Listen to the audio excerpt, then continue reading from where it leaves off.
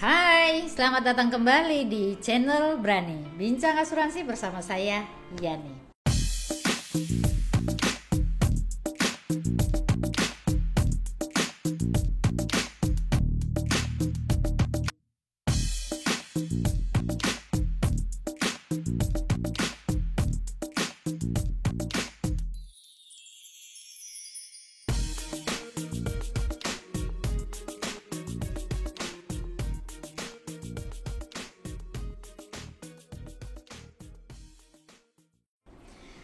Kali ini kita kedatangan lagi seorang tamu yang sudah lama ditunggu-tunggu, sudah janjian berkali-kali, tapi karena beliau sangat-sangat sibuk, banyak panggilan negara gitu sebenarnya, sehingga baru kali ini hadir di Brani.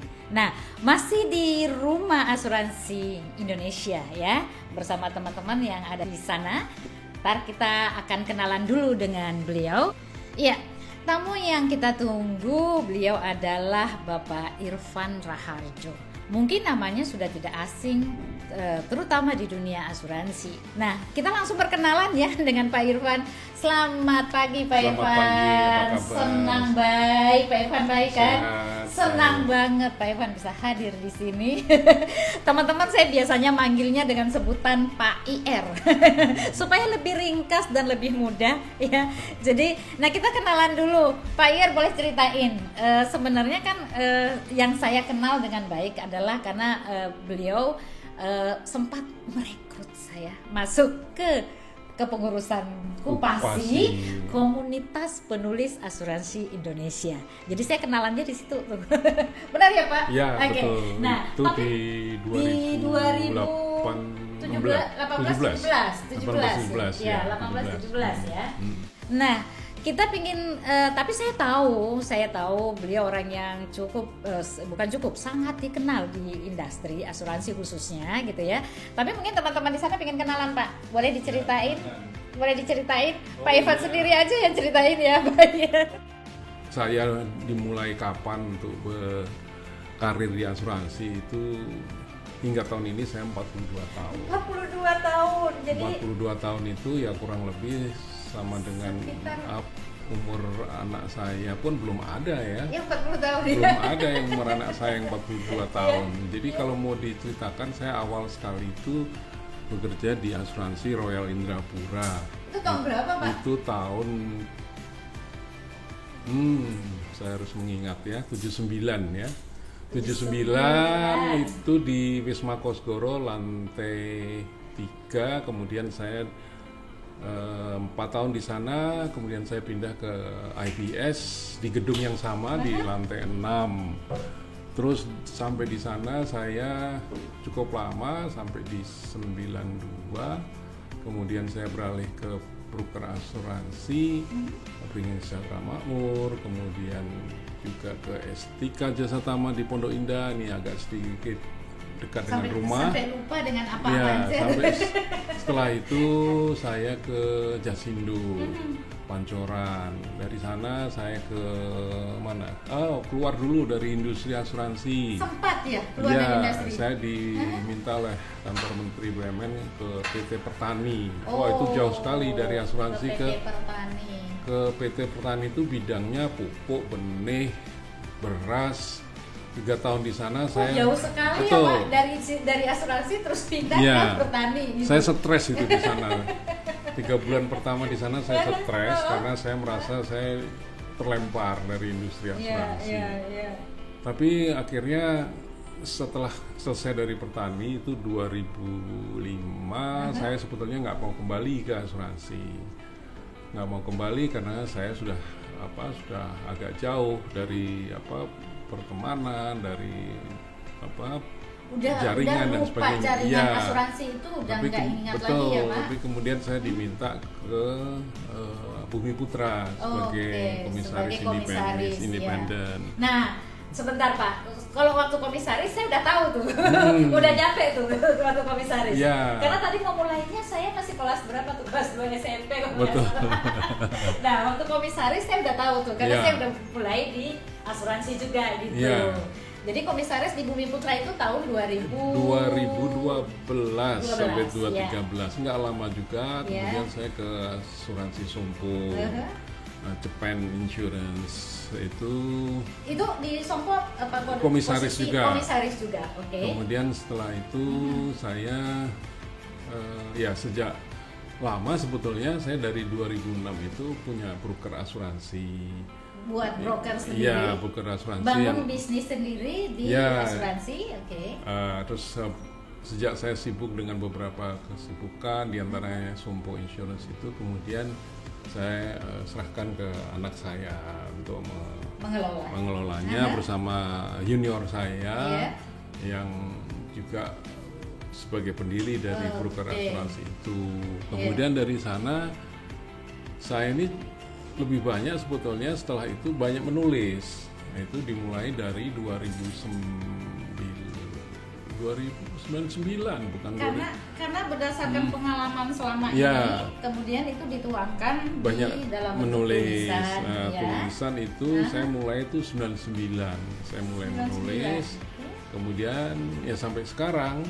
Dan kenapa kemudian saya menulis buku itu sebetulnya hanya merupakan rangkuman dari banyak penampilan saya, baik di media elektronik, di media cetak, media online, dan itu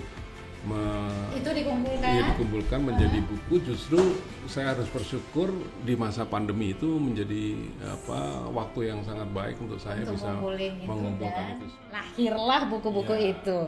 Oke, kita istirahat sejenak, teman-teman.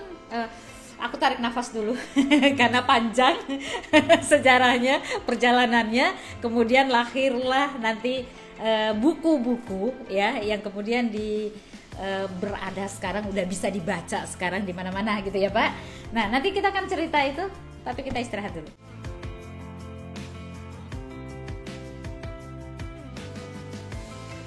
Nah, teman-teman, sahabat berani. Jadi tadi kita udah dengerin ya cerita Pak IR perjalanannya dari tahun berapa? 79, yang saya masih kelas 2 SMP. Nah, kemudian lahirlah karena pengalaman-pengalaman tadi, lahirlah berbagai tulisan ya. Tadi penampakan di mana di TV ya kan, di seminar-seminar ya, kemudian itu dirangkum, kemudian lahirlah buku-buku ini. Dan teman-teman lihat di depan saya ada 3 buku trilogi ya Pak ya, buku trilogi mengenai asuransi. Robohnya asuransi kami. Agak miris kalau dengar judulnya, dan sebagai orang asuransi saya merasa sedih gitu begitu dengar judulnya. Robohnya asuransi kami. Nah, kenapa kita hadirkan ini? Supaya teman-teman punya wawasan tentang kenapa asuransi kami itu berarti punya orang Indonesia ya Pak ya. Kami itu pribumi gitu ya. Nah, sehingga teman-teman punya wawasan yang luas dan mungkin bisa menjadi inspirasi, menjadi menjelaskan dengan baik kepada masyarakat pengguna asuransi apa sih yang terjadi sebenarnya dengan industri asuransi saat ini. Ya, nah saya ingin dengar Pak, kenapa sih Pak IR tertarik dengan nulis khusus nih yang Jiwasraya terutama sama Bumi Putra? Ya, kembali tadi saya katakan justru saya harus berterima kasih dengan pandemi ini, karena saya lebih banyak berada di rumah dan saya harus melayani semua permintaan wawancara, tulisan, kutipan dan sebagainya, semua dalam keadaan work from home. Dan itu saya harus menyisakan banyak waktu di rumah dan terpikir untuk saya menghimpun semua apa yang sudah pernah saya sampaikan di media, baik cetak, online maupun elektronik itu tadi. Maka kenapa terus muncul robohnya asuransi kami itu, teringat saya sebetulnya judul itu sudah pernah diberikan oleh rekan jurnalis ke saya itu di 2013 waktu jadi itu. Jauh sebelumnya ya Pak ya. 2013 itu judul itu sudah diberikan ke saya, tapi ketika itu tidak ada satupun penerbit yang mau menerbitkan buku tentang Bumi Putra itu, karena saat itu masih dianggap sangat sensitif. Iya.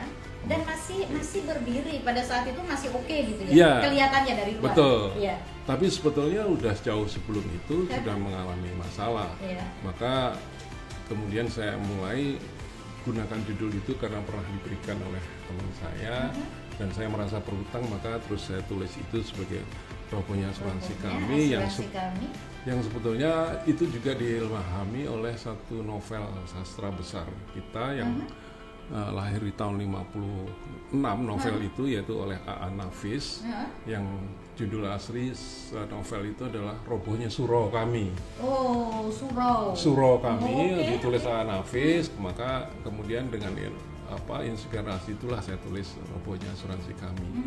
Namun ternyata setelah 3 buku saya tulis dalam 4 bulan ini, saya sebetulnya sebentar biar teman-teman yang di sana tahu, anak-anak muda nih, anak milenial di luar sana, bayangin 4 bulan 3 buku gitu loh. Saya tadi 4 bulan 3 buku, gimana yang teman-teman milenial usia 20 tahun kalau nggak bisa buat dalam waktu lebih singkat dari Pak IR? Aduh, ini tantangan loh ya. Iya Pak ya. Oke, gimana sih buat buku sampai ya, karena saya mendapatkan kebiasaan yang sangat baik dari perusahaan tempat saya pertama bekerja yang saya sebut tadi tahun 79, kemudian 83 saya bergabung dengan perusahaan asing lagi. Saya mendapatkan kebiasaan yang sangat baik, yaitu saya harus mengarsipkan apapun juga yang saya tulis, saya simpan, yang saya utarakan dimanapun itu saya bisa dapat dengan sangat cepat. Jadi semua apa yang saya tulis, yang saya sampaikan ke media itu saya punya arsipnya dengan sangat baik. Teman-teman sana ya, arsip itu file ya maksudnya. Jadi kalau mungkin anak-anak milenial itu agak susah ya Pak. Padahal dulu untuk mengarsip satu dokumen itu kan semuanya secara manual ya Pak ya. Kalau anak-anak sekarang kan enggak tuh ngarsipnya. Saya masih punya tiket saya naik subway di London itu tahun 83 saya masih punya. Masih nyimpen? Saya masih nyimpen itu. Masih tersimpan sampai sekarang utuh gitu kan? Betul, masih saya simpan kartu termasuk foto kartu naik kereta api London di bawah tanah itu saya masih. Masih. Itu Oktober 87 saya masih simpan. Dan itu fisik? Fisik masih ada di dompet. Dan saya bisa keluarkan itu dalam 1 menit. Itu ada di file saya yang sangat rapi. Termasuk misalnya, jadi kalau nyari sesuatu, Pak IR bisa mendapatkan itu dalam waktu 1 menit. Udah bisa kertas gitu, dalam bentuk kertas file yang fisik ini tadi. Termasuk saya membeli sepeda motor pertama harganya 125.000 itu waktu saya juga kerja di asuransi pertama saya itu, saya membeli motor 125.000 dari kawan saya sekerja kantor, teman satu kantor itu masih punya saya kwitansinya. Tapi motornya hilang. Motornya nggak. Padahal anak-anak milenial di sana Pak, kalau motor itu ada dibeli. Kemarin saya dapat tuh anak yang usia berapa, 14 tahun atau 15 tahun ya, punya koleksi motor. Itu dari tahun 60-an gitu ya. Itu sudah 100-an lebih loh. Kalau ada tuh dibeli mahal. Betul. Motor itu waktu itu akhirnya kemana ya saya taruh? Kalau harus dicari harusnya bisa, karena harusnya bisa ya. Harganya menjadi sangat mahal dan kwitansinya masih ada. Kwitansinya masih ada, betul. Itu mungkin yang harus dipelajari oleh teman-teman di sana. Dan jadi terinspirasi dengan apa yang dilakukan oleh Pak IR. Mungkin tidak secara fisik lagi karena kan dunia udah berubah kan ya. Tetapi menjadi pembelajaran buat teman-teman bahwa ternyata bisa dilakukan itu, dan hebatnya lagi dalam waktu 1 menit bisa nyari loh, bisa dapet loh yang dicari. Kembali ke buku Pak tadi. Berarti kan tadi buku ini dalam waktu 4 bulan ya dapat 3 ini loh teman-teman. Satu Robohnya Asuransi Kami Jiwasraya, satunya Bumi Putra, yang satu bicara mengenai bisnis ingkar janji yang nanti ceritanya nanti beliau yang cerita ya isinya. Nanti kalau saya ceritain takut salah. Kita istirahat sejenak.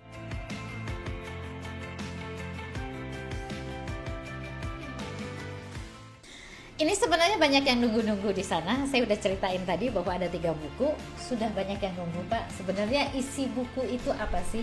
Apa yang terjadi? Kita mulai dari yang pertama. Apa sih yang terjadi dengan Jiwasraya sebenarnya? Ya, yang pertama sebetulnya Bumi Putra. Oh, pertama sebenarnya Bumi Putra. Ya, Oke, rupanya Bumi Putra asuransi dulu kami, ya. Senjakala asuransi jiwa bersama Bumi Putra 1912, jalan terjal, menyelamatkan warisan bangsa. Iya, judulnya panjang, jadi maksudnya senjakala asuransi Bumi Putra jalan terjal menjaga warisan bangsa, menjaga warisan bangsa. Ya, sesuai dengan judulnya memang itu warisan bangsa. Warisan bangsa sudah tahun 1912 berdiri ya, dan saya masuk ke Bumi Putra itu sudah di 2012, tepat ya berusia 100 tahun waktu itu. Perlu informasi loh Pak, saya sebenarnya di awal mengecap dunia asuransi justru betul di Bumi Putra. Oh iya, dan Bumi Putra juga. Iya, dan belajar banyak. Iya. Cuma tahun 90 pas 90 itu. Jadi saya belajar dari situ dan saya tahu persis bahwa mau belajar asuransi itu di Bumi Putra sebenarnya. Iya. Benar nggak Pak? Betul. Iya. Dan untuk saya juga, saya pertama kali di asuransi jiwa itu ya di asuransi Bumi Putra. Ya? Sebelum itu saya sepanjang karir saya sampai 2012 itu ada di asuransi umum. Oke. Dan baru pertama kali itu di asuransi jiwa. Namun tidak perlu lama saya ada di sana karena saya hanya ingin memotret apa sebetulnya masalah mereka. Iya. Nah, masalah mereka itu sebetulnya tidak ada di perusahaan lain karena mereka adalah perusahaan yang satu-satunya perusahaan yang tanpa modal. Betul. Dalam arti mereka berdiri awalnya sebagai alat perjuangan sebetulnya oleh 3 orang guru waktu itu didirikan. Kalau kita lihat yang banyak kita lihat di foto-foto Bumi Putra itu, bayangkan 3 pendiri. Kalau sekarang orang jual asuransi itu berdasi, pakai jas, pakai mobil hebat ya. Kalau yang sana pakai belangkon ya? Bukan hanya belangkon, yang satu telanjang kaki, yang satu pakai sandal jepit ya. Iya. Yang satu lagi slop. Slop itu sandal Jawa yang depannya ditutup, belakangnya terbuka gitu. Jadi ya? tiga pakai pakaian Jawa, satu telanjang kaki, satu pakai sandal jepit, satu slop. Itu bisa dibayangkan, artinya bahwa mereka itu mendirikan itu memang betul sebagai alat perjuangan, bukan semata-mata untuk mengejar premi. Dan mereka nggak punya modal. Nggak ada modal sama sekali ya. Jadi sepanjang hidupnya memang Bumi Putra itu selalu mengalami masalah yang kita hadapi sekarang. Nah, kenapa kemudian saya katakan roboh? Ya karena mereka membutuhkan perhatian kita semua. Maka saya beri judul roboh, itu sudah sangat bagus karena banyak buku kan selalu cari judul yang seksi ya. Ada biar laku kan? Iya. Jangan laku. Ada judul buku namanya Jangan Baca Buku Ini. Benar. Kemarin teman juga di sini ada bukunya, jangan beli. Jangan beli unit link. Jangan beli unit. Halo Pak Freddy. Halo Pak Freddy, jangan beli unit link. Iya. Maksudnya kalau nggak ngerti. Nah, kalau ngerti ya silakan aja. Jadi setelah saya menulis 3 buku robohnya itu, saya sebetulnya ingin segera ada yang menulis Bangkitnya Asuransi kami. Tapi karena belum juga ada yang menulis Bangkitnya. Bagaimana kalau saya yang nulis? Betul. Sebaiknya secepatnya sebelum saya keluar lagi buku keempat ya, Robohnya Asuransi Kami jilid 4. Waduh, atau biarin aja roboh dulu baru bangkit. Oke. Jadi sebenarnya kalau kita balik lagi, sebenarnya Bumi Putra itu masalahnya ada di mana? Masalahnya pertama mereka tidak punya modal setor dari awal. Dan kenapa juga bisa hidup? Karena selama sebelum kemerdekaan, dan ini kita harus berterima kasih pada pemerintah Belanda waktu itu, mereka mendapat subsidi dari pemerintah Belanda. Nah, kemudian setelah itu mereka banyak berinvestasi di tanah. Tanah dan bangunan yang seperti kita lihat sekarang masih banyak mereka miliki, tapi kemudian mereka diperlakukan seperti halnya perusahaan PT. Nah, yaitu mereka tidak menghitung tanah dan bangunan yang mereka miliki itu, yang kemudian kita kenal konsep risk based capital. Jadi konsep yang sekarang itu risk based capital, padahal mereka itu risk based no capital. Nah, nggak ada kapitalnya soalnya. Nggak ada kapitalnya. Sementara penilaiannya saat ini adalah pakai RBC. RBC itu Nah, tadi. kemudian pernah mereka diberi relaksasi bahwa mereka diberi kelonggaran untuk memenuhi RBC dengan sekian waktu agar tidak sama dengan yang lain. Ya, tetap ketentuannya yang berlaku adalah 120%.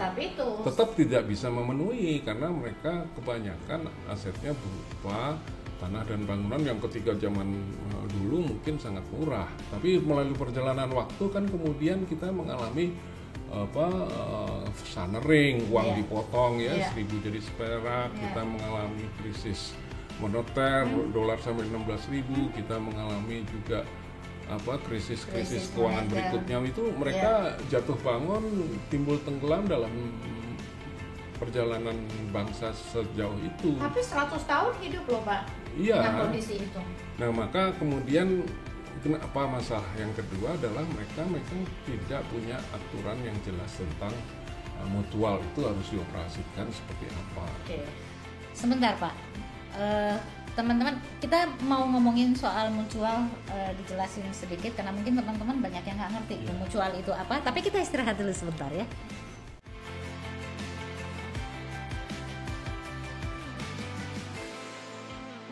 Oke, teman-teman, balik ya, tadi kita dengerin cerita Pak IR tuh mengenai bentuk perusahaan si Bumi Putra itu bentuknya mutual yang selama ini kemudian diberlakukan sama seperti PT. Yeah. Nah, sebenarnya mutual itu apa sih? Mungkin teman-teman saya belum ngerti Pak. Mutual itu kita tahu bahwa mutual itu sebetulnya praktek asuransi yang paling tua.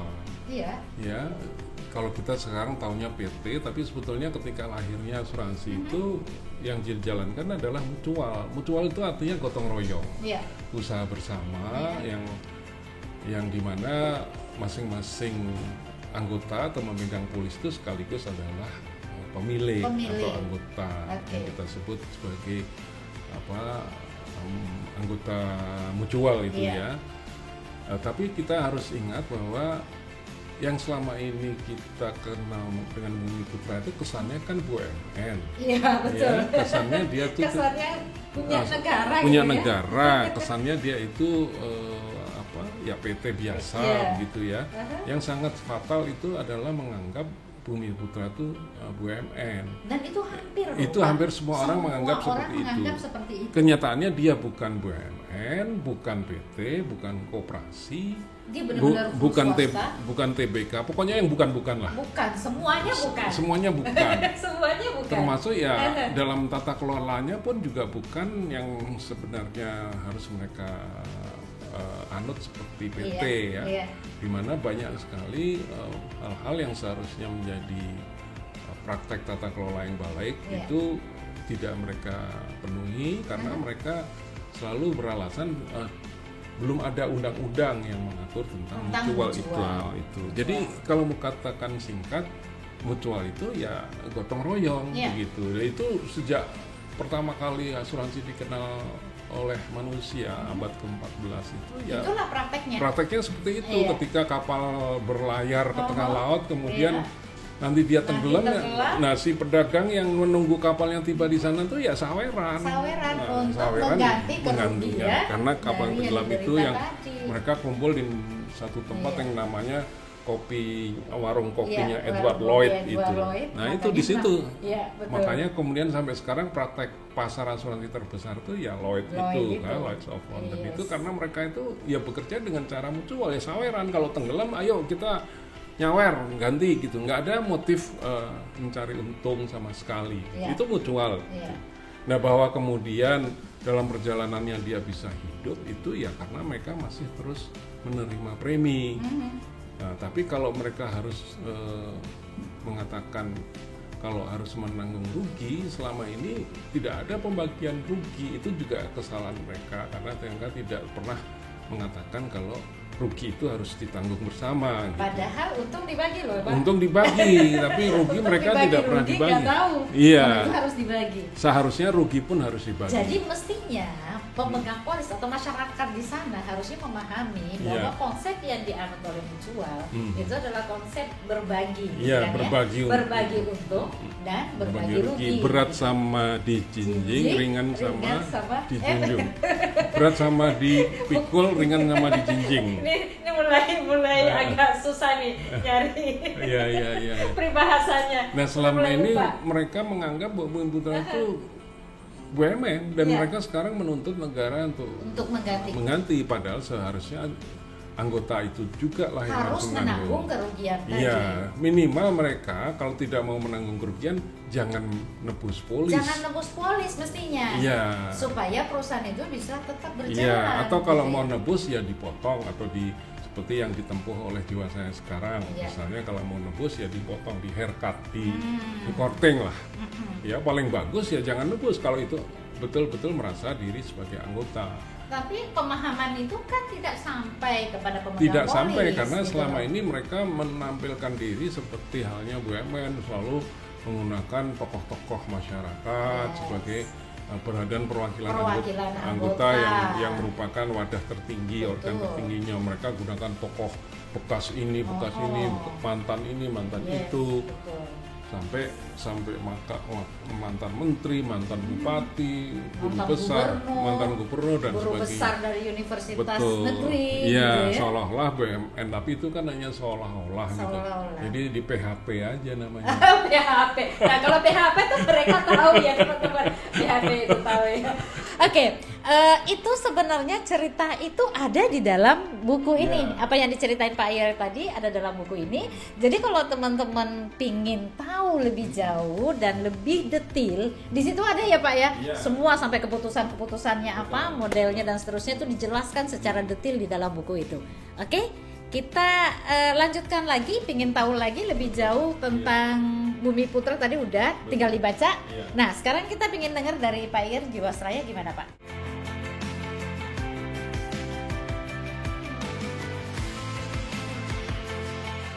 Simplify your life with life insurance. Sampai jumpa.